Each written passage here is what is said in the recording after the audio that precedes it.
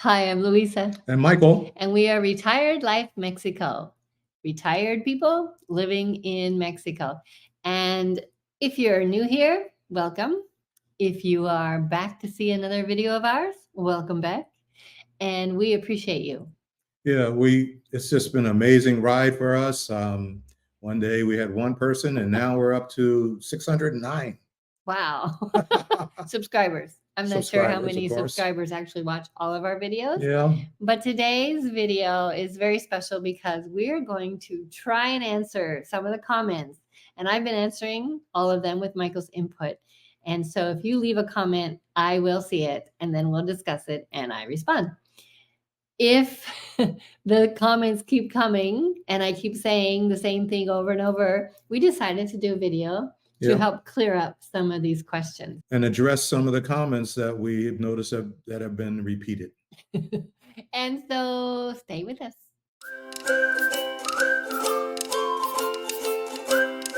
So we have 5 comments that we're going to address today. And so the first one is, why did we choose to leave the US and come to live in Mexico as expats? So I don't feel like we left the U.S., but we have been traveling for the last 5, almost 6 years, and maybe even further when you look at our naval careers, our traveling for the last 20 years. We have lived and traveled all over the United States, overseas, and then we didn't speak about it much, but we also spent a lot of time hiking in the Camino in Spain. So it's been in our nature to move around a lot. But specifically, Mexico is close to the border and is absolutely amazing and beautiful. And you also said that you thought it was very welcoming here. I know it's welcoming here, especially in Vallarta. Yeah, some people love our presence because we bring value to the economy here. But in our local neighborhood, people wave and say hello, and I've been feeling very, very comfortable here. And also, I get to speak Spanish every day, all day long if I want to. And I love the Mexican culture and I love the Mexican people. The food's not so bad either. So that's one of the reasons why we chose Mexico. Plus, like you said, it's close to the border, so we can fly home back to where our parents live. That's not where we ever lived, but we can fly back to the US, to Portland, very quickly Very, if we need to because they're elderly. So this gives us lots of a lot of opportunity. access to move around. Yeah, we don't feel like we're so far away, which somebody asked us why we didn't pick Spain or Portugal. We love Spain. Yeah, it's a fun place. We have hiked the Camino de Santiago 5 times, different routes. Mhm. And yes, that is on our list to perhaps in the future look at. Yeah, maybe we'll look at it in the future, or maybe we'll just go back and hike some more. Yeah, but right now we need to be closer to the US so that we can get home in a heartbeat because you never know. So that's leading into number 2, which people ask us why we aren't buying a home here and why we live in a $1,500 a month rental. I don't think I ever thought about buying a home here in Mexico for multiple reasons. It's complicated. It ties you down. Remember, we said we love to move around. That's the major thing for me. Also, when you look at some of the construction issues here in Mexico, if we purchase a home, it would have to be fully completed and ready to go. And that's a challenge in itself. That's true. And I like the fact that we have a small place. Yes, people have mentioned that, wow, we're paying $1,500 a month for that little bitty place. Yeah. And it's not even got any character or things like that. Well, we don't really need character because we're not here a lot. We are out and about in the community, walking around the neighborhood, going to the beach. Not that we sit on the beach, but we go see the beach or we go visit friends. And so for us, this has everything we need and it's safe. It feels good. And It's modern. It has all the accommodations that I love: air conditioning, a washing machine, great shower. We have a bathroom and a half, which makes it really nice for both of us. yes. Our owners of this property are wonderful. They keep it well ran, and I enjoy this place in here. And we don't feel like we're overpaying because, quite frankly, we are in a location that is in the heart of Puerto Vallarta. It's not in Centro, Right. but it is in the heart, meaning we can walk to Centro, we can walk to Zona Romantica, we can take an Uber, we can walk all the way to Costco, but then Yeah. take an Uber back. So we're not far away from everything. We are in the heart here, but it's also very quiet in this neighborhood. Absolutely. But I'd also like to mention that we can do small. First of all, we don't want a house that has, garden and a rooftop terrace and all the things that go with owning a house or even renting a house. We don't have to take care of like the yard. There's somebody who mows the grass here, Yeah. takes care of everything. But what really is key to the way we survive and live, remember, we retired, sold everything, sold the cars, sold the house, sold the kids. We are minimalists. And we bought an RV, not the big, huge Class A's like a lot of people do. We bought first a van, it was too small. So we got a Class C. Class C, which is right in the middle. And it was small, but it had everything we needed in it. And it even had solar and it had that on-demand water heater. So we aren't going to live like we can't afford it, but we are also not going to overpay, which Right. again, people think we overpay here, but we don't feel like we do. But we are minimalist, meaning we don't need a lot of stuff. We don't need a lot of space. And we don't need a lot of space. And so for us, this is perfect. We're going to show you in the future a couple videos, maybe more than a couple, Yeah, I of think some that's of our important. friends that have Right. places that are bigger. They pay less than we pay. Uh-huh. They're not as fancy, meaning they're not as modern. We have a friend who has one that her kitchen, sometimes she just, but she doesn't cook. So what she does is she has her housekeeper, who's also her cook, that brings in the food every week. So It's a nice setup she has, actually. that's a nice setup. Yeah. But, she doesn't like to cook and her kitchen isn't cookable. And she pays half what we pay. Yeah. They don't have an air conditioning either. But we'll give you a tour of those kind of places so you can see everything is here for whomever wants whatever. So that's why we are not buying a house and why we are in this one particularly. Now, number 3 comment that really sparked a lot of comments and a lot of discussion was about we're just paying this much rent. We are gentrifying the area and we are causing the local people not the ability to not live in their particular area. To live here. We're kicking them out of their Literally neighborhood. kicking them out of their neighborhood, which could be furthest from the truth. Vallarta is a tourist destination. It thrives almost 80 to 95% on tourism. And tourists come in and they stay in the hotels, they stay in upscale condos, Airbnbs, and this town has flourished because of that. And as a matter of fact, all of the construction, I would say, that people talk about in terms of gentrification are literally aimed at tourism. Well, this is true. And, I talk to the Uber drivers and the taxi drivers whenever we're in there, because I like to ask them, do you like to speak Spanish or would you prefer English, that kind of thing. And I would say every single one of them has said, we are so excited that the high season's coming back because the tourists are coming back and they're going to make more money because the tourists drop a lot of dollars here. Like Michael said, this place runs on tourism. Yeah. And one of the things that I want to think about is the trade-off. Okay, this is one of the most modern buildings in our very humble neighborhood. But their trade-off is we have hired our own person to do housekeeping. We hire people in the area, not hire people, we use the resources that are here, the local stores, the tortilleria, the markets, the Uber drivers, unfortunately, the local hospital and the dentist. Yeah, for me, that is a little bit of a trade-off, and I hope that we're bringing value and economy to our neighborhood. In fact, our housekeeper, who was actually here before we came, so she just kind of, we inherited her, she earns monthly close to 500 US dollars by cleaning houses for all of these expats that coming in here and renting. Mhm. So we are helping to provide jobs. We are, as expats, providing income to the community. The volunteerism. So what I mean Ooh, by that is we have this beautiful river island that has a great place to hang out, but people have been also dumping lots of animals such as cats and once in a while some puppies, but mostly yeah, mostly cats.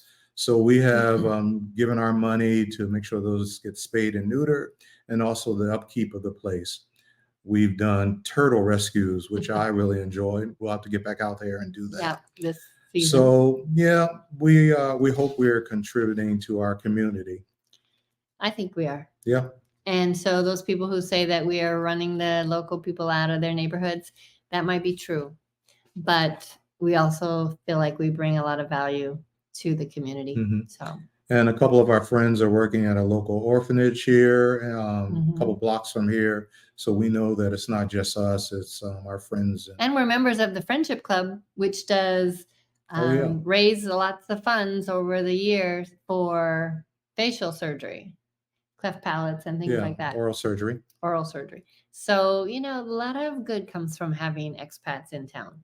So, we could discuss this till the cows come home, but they're not coming to our house. Right. It is controversial, but we're going to continue to give to our surrounding community. And so that comes to number 4, which, yes, there will always be those people who say, you are paying way too much for that place. It doesn't even have any character. And you could get the same kind of place for a lot cheaper. Well, first of all, I would like to say you're right. We probably could, but not here in this location, No, which is 2 blocks to the market. And you saw pictures of the market. And I'll put another one up here. And it's just 15-minute walk to the to the beach. We beach. don't have a car, so we need to be able to get places. Mhm. And we can go down to the vegan restaurant right down the street. Yep. We can walk everywhere. The location, location, location. Everybody in real estate knows that's number 1. That's the key.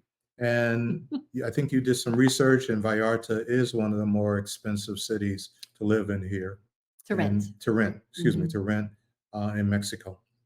Right, but somebody asked us, what does our $1,500 get us? We forgot to Okay. say that in our That's apartment true. video. It covers everything except electricity. So everything is what?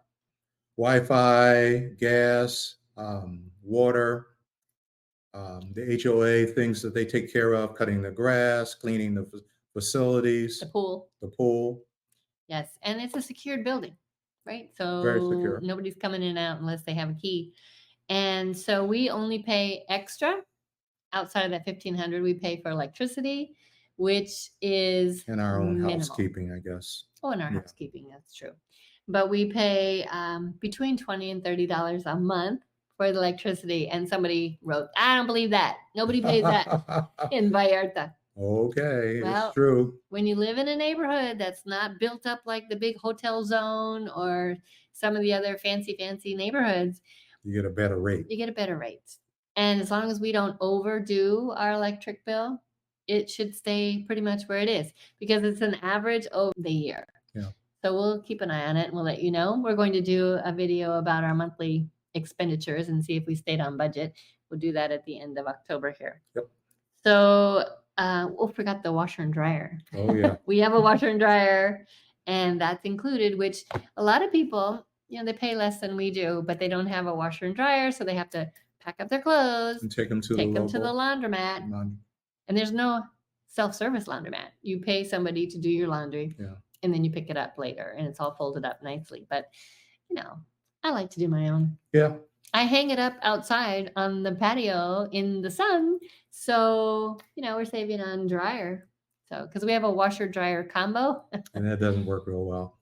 Yeah, it doesn't work. It Yeah. takes forever to dry. So I just hang it up outside in the sun and, 2 hours later we're done. Okay, but it's back to the fee we're paying is for location, location, location, and all the other amenities are extra. Yeah. Yeah. Okay, and then the last thing we were asked, and this one's kind of fun, is do we have any kids and where are they and what's going on with them? Yes, we have two. We were living in Okinawa and we're both working in the Navy then. That was about 44 years ago. And I was pregnant with our first. And his name is Avery. And he lives in Texas. He was in the Army. He did about 13 years in the Army. He did 13 years. And then he got out of the Army, and he and his family, he has a wife and two girls. They live in Texas, and they are very happy living there. He's made a nice profession there. He is a colorectal surgeon. He's got a really smart mom. Oh, it's my dad. And I used to drag him around to the clinic, and maybe they got the medicine bug. Well, he grew up living, walking, going through the hospital like it was home. Exactly. And so he's doing really well, and obviously we're really proud of him. Yes, he has a thriving practice as a colorectal surgeon, and he's too busy. He works way too hard. Too busy. Way too hard. We try to tell him, calm down, don't work so hard. But, he's got that drive, so we're very proud of him. Our other son is younger. He's just turned 41. Yep, the other day. Yeah, and he is right now in Estonia because he's still in the Army. Both of them decided to give back to the country after they grew up as military brats. And so they both joined the Army, which paid for their medical school. Yep. Because, yes, our second son, Brandon, is also in the Army. He has a few more years to give back, and he's married. His wife lives in Texas also, but they don't have any kids yet. And what is his job? He is a critical care pulmonologist, works in an ICU, taking care of some of the sickest patients. And presently, he is deployed to Estonia. Yeah. And so he's supporting the military people over there. But he's the guy who put the breathing tubes down everybody's throat. Intubate people. During COVID. Yeah. Ugh, it was pretty scary, pretty sad. But he learned a lot. And so we're very proud of him too. And we don't worry about them. They're going to take care of themselves. They're going to take care of themselves. And they've worked really, really hard to get where they are. And we are really excited about their continuing future. And yes, our oldest son, Avery, and his family have come to visit us here in Puerto Vallarta. Yeah, that was fun last year. That was fun. Brandon, our youngest, is not able to come because he's active duty Army. They don't let them leave. So we won't be seeing them down here, but we go back to Texas to visit periodically. And that's when we combine our doctor and dentist appointments so that we can see family. And so that's our kids. Our daughter-in-law is from Canada. So we do have a little insight as to what it's like to be married to a foreigner, but she became a U.S. citizen a few years back. So we're very excited about that. And the grandgirls are high school and middle school. They grow so fast, don't they? We're very proud of all of them. Yep. So those are our kids. And thank you for asking. And if you have any other questions or comments that you would like us to address, please leave them down below. We're really excited about this community that we are growing, and I love seeing the comments and the questions. So keep them coming, please. And thank you so much for all of your support with my dengue. I am feeling much better. Getting better. I do get exhausted quite quickly walking down to the beach and back, and then I need a nap almost. But every day gets better, and I keep drinking my good old electrolytes because this is what they say to do. And so I'm drinking them. This one tastes better now. Yeah. And, interesting enough, every time we mention the word dengue out in town, somebody says, I've had it, and my family member had it. And so they understand. Yeah, it's crazy. Yep. But really a lot of people don't say they've had it until you say you've had it. So don't know. But if you feel sick, go to the doctor. Go see somebody. Yes. And thanks again for watching. Don't forget to like and subscribe. Leave a comment down below, and we'll see you next time. Ciao. Hasta luego.